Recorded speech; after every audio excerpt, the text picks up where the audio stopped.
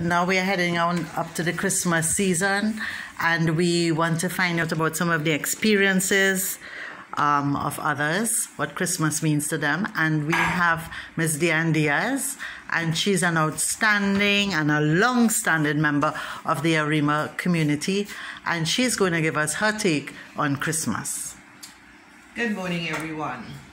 So I'm sitting here, really, we are in the heart of Arima, and I'm in the heart of a home of a very good friend. She just shared with you how to make ginger beer, and later on she will be sharing with you about pancha creme. But you know, these drinks that we enjoy so much, and some of them have become commercialized. You can buy a bottle of ginger beer, ginger ale, or not ginger ale, but ginger beer and sorrel and so on. But there's nothing compared to the actual ginger beer, especially one was just made. And I have my glass here to prove it. This is the ginger beer that was just made.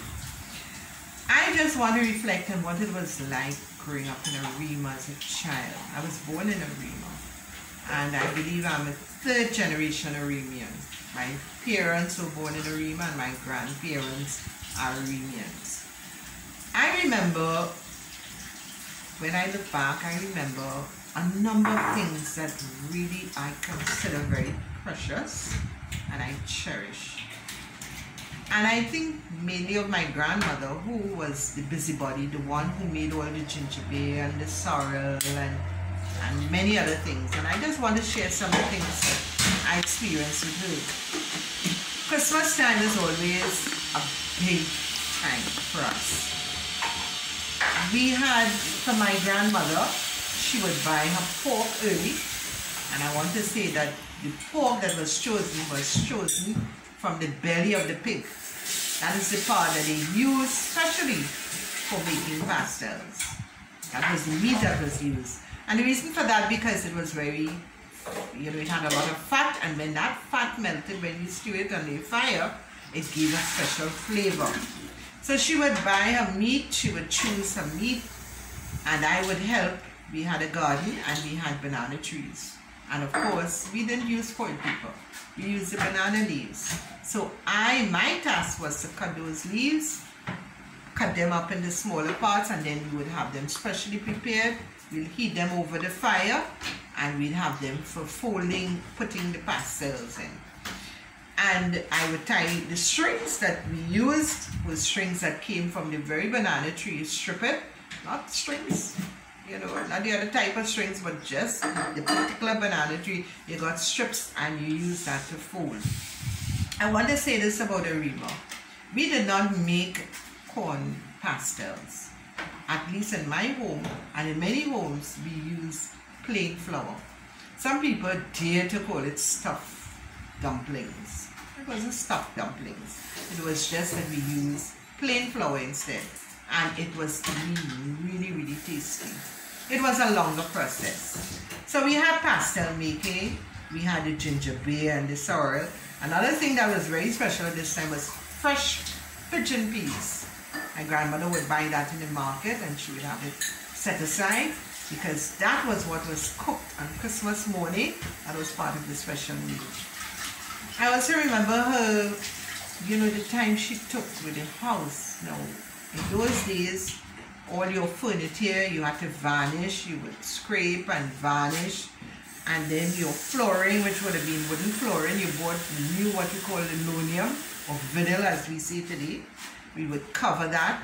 So we had a lot of housework to do. But it was fun. It was a lot of fun. And then she would buy for the table. We didn't use tablecloth. There was oilcloths. We call them oilcloths. And there was a smell. There was always a smell around Christmas time. And most of all, you see that smell of that ham boiling in that picture. Boy, you couldn't beat that. I don't think ham bacon in the oven today could smell like that.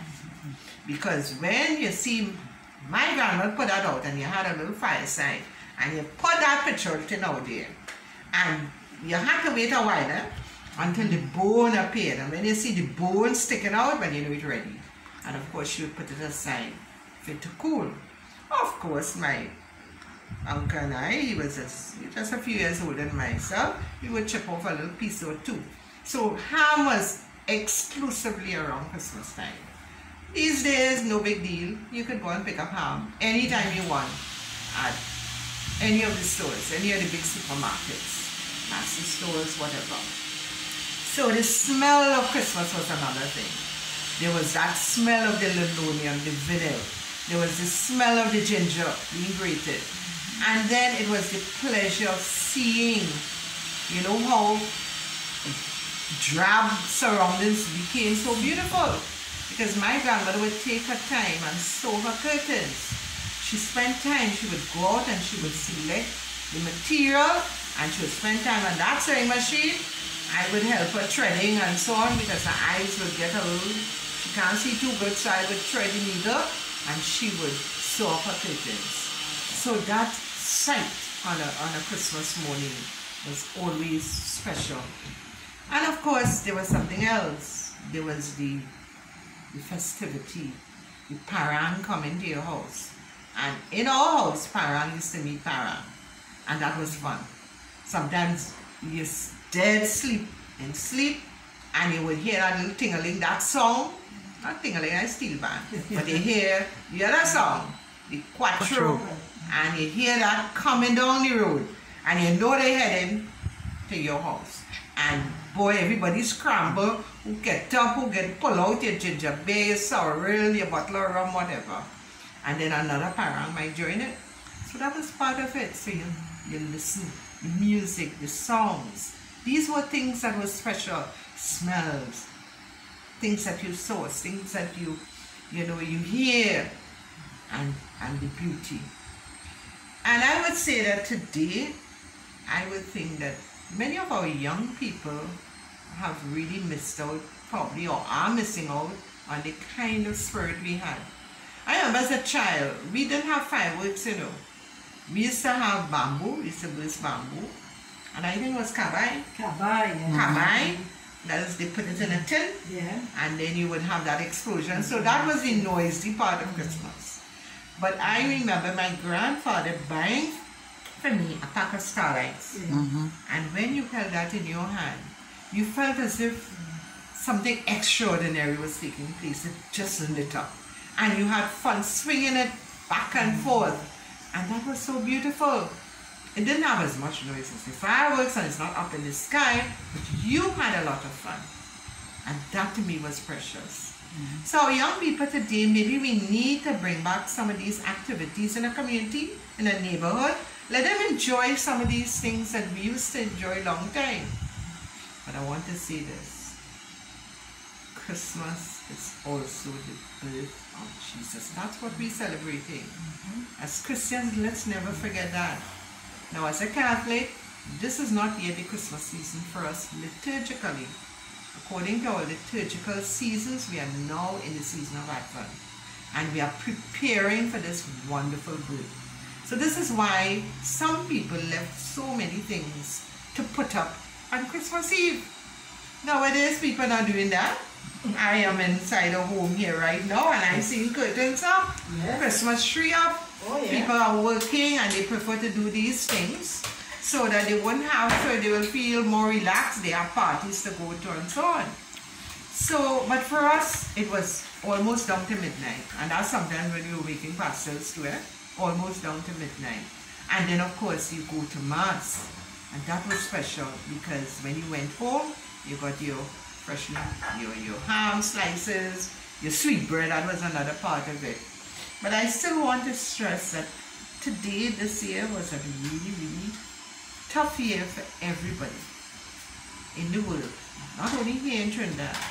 And I want to just encourage you all to give a thought to health workers who will be stuck in hospitals, taking care of people who have COVID. I just heard that a little baby contracted it, 2 babies. So, you know, let us come back again to who is the reason why we have Christmas. It's Jesus Christ. And let us remember those who are not just less fortunate, which we normally do, we give to the poor and so on. But let us remember the workers who are out there standing hour after hour, not going home to their families, will be standing at the side of someone who will be going to meet the same Jesus. So this year, let Christmas be fun in a certain kind of way. Get together with your family. You have the technology today, do it. But I would say, find some space to pray and ask God, just say thanks. You have been spared. Many have died. And think of all those who will be out there. Now that does not mean you don't enjoy your pastelle and your ham and your punch cream and you don't have laughter and you won't have your parang, at least on the radio. They may not come to your home. And you don't have your beautiful carols. The radio is going to give you that. And then you have your phones and you can play these songs. You can listen to them. But so you have all these things still. But much more precious than this. Who is the person we are celebrating at this time? His name is Jesus Christ. And never ever forget that. Because through him, light came into this world. And there's a lot of darkness right now with COVID.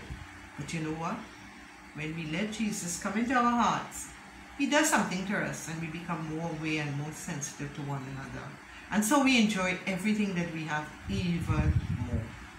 So I say to you, Merry Christmas, but keep Jesus Christ the focus of your Christmas. Amen.